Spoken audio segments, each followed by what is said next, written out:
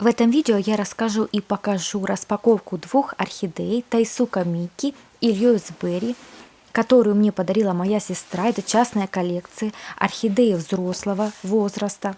И, конечно, сегодня проведем полную распаковку с обзоров и корневой системы, и листьев, и даже цветения. Я начну с распаковки Тайсука Микки. Это орхидейка азиат, которая растет в мхе. Очень такой компактный кустик, как обещает быть. Посмотрим, как он смог добраться ко мне, в каком состоянии смог сохраниться, потому что на новой почте он достаточно долго пребывал в связи с такими обстоятельствами, в которых пребываем мы все. Итак, когда я раскрываю эту коробку, то первое, что бросается в глаза, это, конечно же, вспомогательный материал, который удерживает эту орхидейку и не дает ей, что называется, биться по стенкам, то есть как быть карандаш в стакане. Это, конечно же, является очевидным плюсом для такой упаковки. Вообще, в принципе, держится все очень грамотно упаковано и качественно. Это я могу заверить вас вот сразу, видя и держа такую коробку в руках. Очень приятно распаковывать такие растения, которые сделаны квалифицированными сотрудниками, все сделано по уму, видно не первый раз. Итак, орхидейка дополнительно упакована, утеплена вот такую вот бумагу. Это также плюс, потому что поскольку орхидеи не голландцы, не обычные, вот, которые стоят в таком полиэтилене, то, конечно же, дополнительный какой-то ресурс должен был быть использован. В этом случае это бумага. Итак, с первой посылкой, вот что касается внутреннего наполнения, это все. Сейчас уже можно будет приступить к распаковке, к долгожданному обзору этому растению. Тайсука Микки очень красивая орхидея, можете пробить сорт и посмотреть вариант цветения в интернете. Очень такой вот красивый, благородный, такой вот бордовый окрас, что-то вот с таких вот оттенков вишневый, очень такой темный, насыщенный цвет. Красивая, необычная орхидейка. Итак, что хочется еще отметить, это дополнительный слой туалетной бумаги, которая также защищает листья от механических повреждений. И это также, я считаю, правильно было сделано, очень по надобности было дополнительно орхидейку вот так вот со всех сторон сохранено, для того, чтобы листья в процессе перевозки тоже смогли сохраниться в том виде бывалом, в котором они могли быть на момент вообще погружения в эту коробку. Обратите внимание, вот как хорошо тулькар держится. Это действительно настоящая удача и чудо, вот добраться в условиях перевозки спустя несколько дней. Сразу скажу, кустик мне безумно нравится. Вот посмотрите на него и вы. Он заслуживает настоящих аплодисментов. В каком виде Тургар оставляет просто самых лучших каких-то комплиментов и пожеланий, потому что листья растут елочка, как я люблю, плотные такие, блестящие, очень твердые, упругие.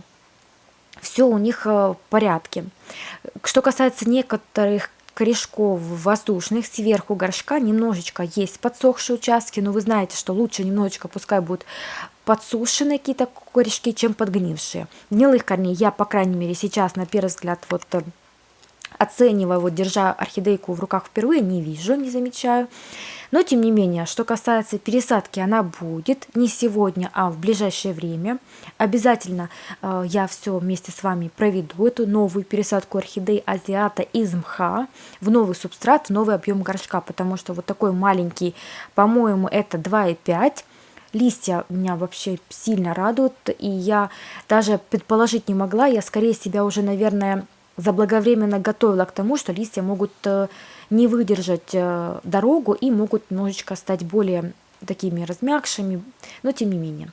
Для того, чтобы правильно подготовить орхидею с момента покупки и транспортировки, необходимо их сделать отпаивание. Я буду использовать дополнительный препарат перекись водорода для того, чтобы эту корневую, которая вот стоит в прессованном грунте, которая была укрыта таким вот материалом вспомогательным, которая была еще дополнительно стояла в коробке энное время, то, конечно, перекись водорода – это тот препарат, который обогащает кислородом и корневую систему, и листья хорошо восстанавливает. В общем, это то, что вот в первое время, если другого ничего нету, то антистресс вот именно таким обычным препаратом из аптеки тоже весьма неплохо подойдет. Итак, приступаем плавно к раскрытию, к распаковке второй посылки орхидеи Льюис Берри, частная коллекция, взрослое растение с большой воздушной системой. Вы сейчас это увидите. Что касается самого материала, который внутри, все то же самое. То есть вот такая вот бумага, которая помогает сохранить и держать орхидею внутри коробки. Наверное, это плюс, вижу такое впервые. Итак, что касается упаковки самого растения, то же самое, такая же бумага, которая, в принципе, наверное, лучше за полиэтилен, который вот голландцы любят всего вот пересылать. И посмотрим, смогла ли сохранить конкретно эта орхидея, потому что первый подросток был не во время цветения, просто в периоде роста. А сейчас эта орхидейка обещает быть в периоде цветения, в активной фазе своего цветения. Практически до полного раскрытия бутонов есть в запасе несколько парочку. Посмотрим, смогла ли она сохранить свою красоту. Хотя я, в принципе, делаю скидку на то, что очень могла даже и не добраться, потому что долго она добиралась ко мне в связи с теми событиями, о которых вы все знаете. Итак, вот что я сразу уже могу отметить. Мне кажется, удача все-таки повернулась к нам, и орхидейка смогла, несмотря на все обстоятельства, преграды, перепоны, все-таки посмотрите. Вот что значит, что называется грамотная упаковка. Орхидейка доехала, хотя я уже была готова к тому вполне себе, даже когда на момент рассмотра я была готова к тому, что цветение в принципе не обязательно и могло вообще ко мне не дойти, потому что посмотрите, какие цветочки, какой настоящий букет, и даже сумел сохраниться. Я понимаю, что прекрасно в ближайшее время могут какая-то часть бутончиков, цветочков стрессануть и отсушиться, но это такое вот меньше зол, в принципе, это абсолютно обычная практика, поэтому ничего страшного я в этом не замечаю, не вижу. Самое главное, это корни, которых я боялась потерять, потому что могли они сильно высохнуть, их очень большое количество сверху находится, не внутри субстрата. Я понимала, что растение будет ехать ко мне предварительно в просушенном состоянии, потому что так правильно будет. Лучше пускай оно будет немножечко пересушенным даже, чем мокрым. Если в закрытом пространстве длительное время будет пребывать растение в упакованном, таком вот практически герметичном, то грибок будет появиться незамедлительно, потом уже дома спустя время. Итак, вот также, что стоит отметить, это мощный, сильный куст этого растения, точно так же, как и предыдущий орхидейка. Это, по-моему, даже повзрослее, погуще, у нее такая листовая масса. Мне нравится, что использован дополнительно вот такой вспомогательный подручный материал, туалетная бумага, которая здесь хорошо так вот сохраняет листья, как-то друг от друга немножечко уберегает от каких-то механического воздействия, каких-то ударов, еще что-то, потому что мы понимаем, что такие почты это не совсем как бы рефрижераторы, какие-то специализированные транспортные компании для растений, то есть все может быть в дороге, особенно в спешке, поэтому вот такая вот дополнительная защита помогает. Как видите, помогает, и листья также весьма неплохо доехали. Корни потихонечку будут также освобождать от защиты, от выпадения грунта, компонентов субстрата, что тоже является плюсом для такой упаковки. Ни один даже кусочек коры не выпал.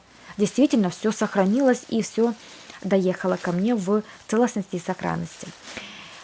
Воздушная система этой орхидеи велика, поэтому, конечно же, отпаивание, как в первом случае, возможно, осуществить будет можно, но по-другому. Я покажу, как в следующем видео. В этом видео я проведу отпаивание тех азиатов, подростков орхидей, на примере своей орхидеи первой, Тайсука Мика, которые приходят именно в амхе, потому что конкретно этот компонент субстрата легче всего вот так вот постепенно, равномерно, небольшим количеством из ложечки вот так отпаивать время от времени. То есть можно на протяжении одного дня, можно на протяжении нескольких дней.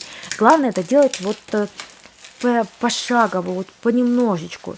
Потому что вот я вам покажу, грунт очень спрессованный.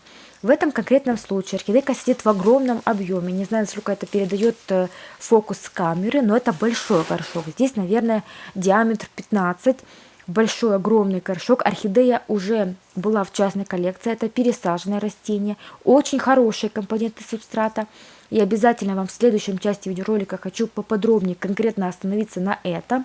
Корневая система вообще заслуживает всех похвал. Немножечко хочу признать в том, что действительно есть подозрение на небольшое пересушивание ее состояния. Но я вижу, что это не является необратимым, то есть это поправимо, если вовремя опрыскать и пройтись вот из пульверизатора.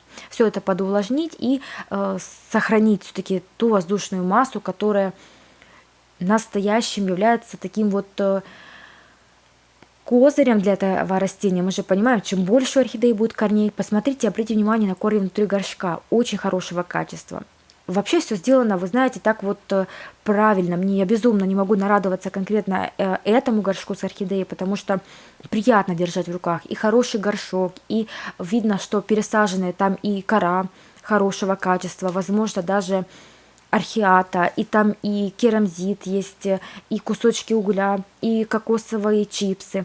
То есть все то, что люблю так сильно добавлять в свои орхидеи в пересадку я. Итак, посмотрите, эти воздушные корни нужно будет постепенно также их немножечко адаптировать к домашним условиям с помощью опрыскивания. Я потом покажу как.